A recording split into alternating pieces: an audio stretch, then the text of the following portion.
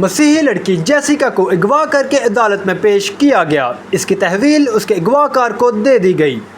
جج نے متاثرہ کے مذہب تبدیل کرنے کے بیان کے پیچھے واضح جبر کو نظر انداز کیا۔ پاکستان کے ایک جج نے 16 مئی کو ایک مسیحی لڑکی جیسیکا کو اس کے اغوا کار کے حوالے کر دیا، جس نے اس بات کے ثبوت کے باوجود کہ اسے اسلام قبول کرنے پر مجبور کیا گیا تھا۔ اس کے والدین نے بتایا کہ اسے اغوا کر کے زبردستی شادی کر لی گئی۔ بچی کے والد کا کہنا ہے کہ میری بیٹی جیسیکا کمرہ عدالت میں کلمہ نہیں پڑھ سکتی اور نہ ہی اسلام کے بارے میں کسی دوسرے سوال کا جواب دے سکتی تھی۔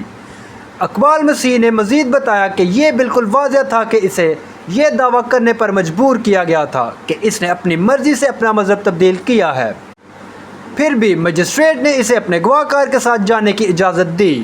صوبہ پنجاب کے شہر لاہور سے تعلق رکھنے والے پینٹر اقبال مسیح نے بتایا کہ اس کا 32 سالہ مسلمان پڑوسی عظیم اللہ 30 اپریل کی صبح ان کی 16 سالہ بیٹی کو گھر سے لے گیا۔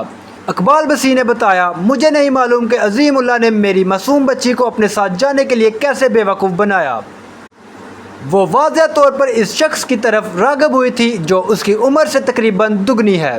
اقبال مسیح نے اسی دن عظیم اللہ کے خلاف اغوا کا مقدمہ درج کروایا، لیکن پولیس نے اسے کچھ ہی گھنٹوں بعد چھوڑ دیا۔